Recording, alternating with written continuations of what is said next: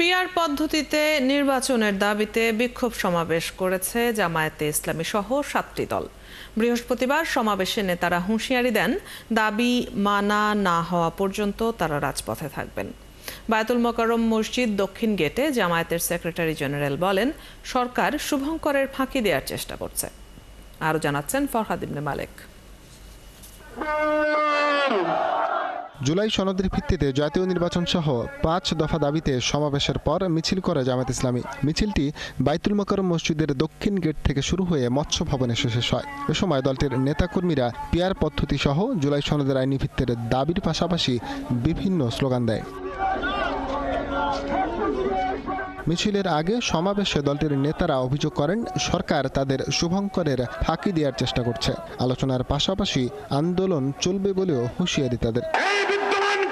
নির্বাচন হলে আরেকটি হাসিনার জন্ম হবে, বাংলার মানুষ আর ফ্যাসিবাদ জন্ম হতে দেবে না। আলোচনার টেবিলে যাচ্ছি, কিন্তু সে আলোচনার সফলতার মুখ দেখছি না। মনে হয় কোন চাপের মধ্যে পড়ে সরকার একটি শুভঙ্করের ফাঁকির দিকে যাচ্ছে। এদিকে বায়তুল মোকাররমের উত্তর গেটে সমাবেশ করেছে ইসলামী আন্দোলন।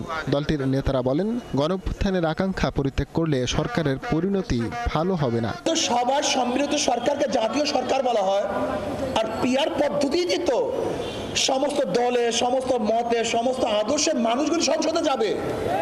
কাজে সেহেতু বিএনপির বক্তব্য অনুযায়ী তো পিআর সিস্টেমের নির্বাচনের প্রয়োজন। যদি উপরের ইঙ্গিতে আপনি পিআর সিস্টেম নির্বাচন দিতে গড়িমসি করেন, তাহলে জনগণ ঐক্যবদ্ধভাবে আপনাকে বাধ্য করবে পিআর সিস্টেম নির্বাচন দেওয়ার। এদিকে প্রেস ক্লাবের সামনে সমাবেশ করেছে বাংলাদেশ খেলাফত আন্দোলন, খেলাফত মজলিস এবং বাংলাদেশ নেজাম ইসলাম পার্টি।